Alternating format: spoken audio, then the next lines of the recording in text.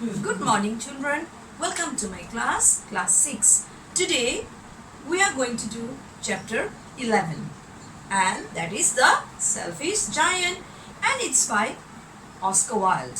So I will not go fully through the books. Let's start it with a summary. Okay. Now, once there was a very selfish giant. He was so selfish that he was not interested in sharing anything with other people. So what happened was, one day he went to visit his friend, and he stayed with his friend for 7 years. During these 7 years, many children, little children, they came into his garden and they had lot of fun. They played the whole day in the giant's garden. They enjoyed this for 7 years. So after completing 7 years on his visit with his friend, the selfish giant returned. And when he returned, he did not like what he saw in his garden. He did not like the children playing in his garden. He did not want to share anything with anyone. So the next day, he put up a big signboard. Saying that no children are allowed into his garden, or no one is allowed in his garden. If anyone comes to his garden, they will be punished. So from that day onward, the children, they did not come to the garden to play at all. And the children, they felt very sad because they had nowhere to play. It was the only playground which they had in the village. That was the selfish giant's garden. So the children felt sad. They did not enter the giant's garden.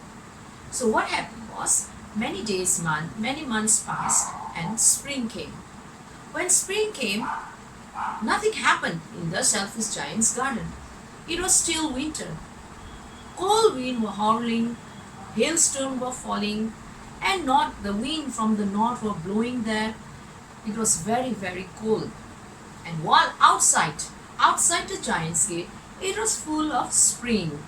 Everywhere flowers were blooming, birds were chirping, and the little children, they were enjoying outside, except for the cruel giant's garden, or the selfish giant's garden. He could not understand what was happening in his garden. He saw that everywhere there was spring, but except for his garden. So what happened was, one day, so many seasons passed, so one day he looked out of the window. He heard a bird chirping outside his window. So he just looked out from the window and he saw the bird tweeting in his windowsill.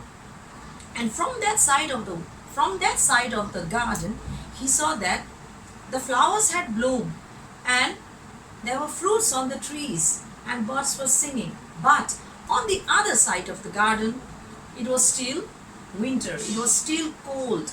Cold wind were blowing from the north. Hailstones were falling. It was still the same.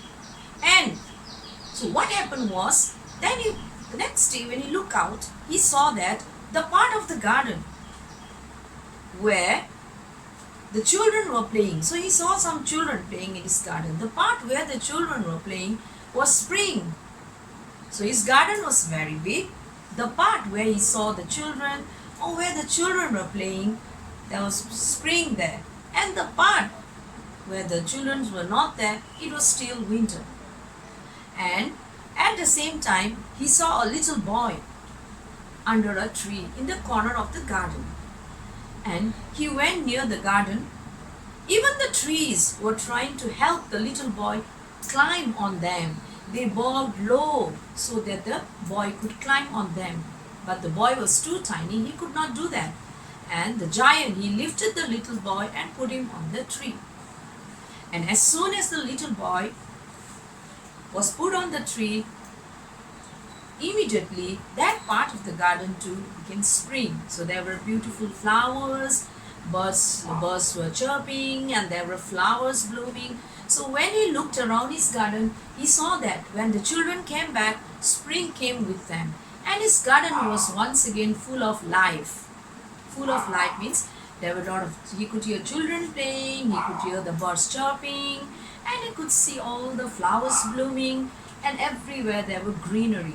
Now there was no more winter there. The cold wind and the snows and the hailstone, they had left.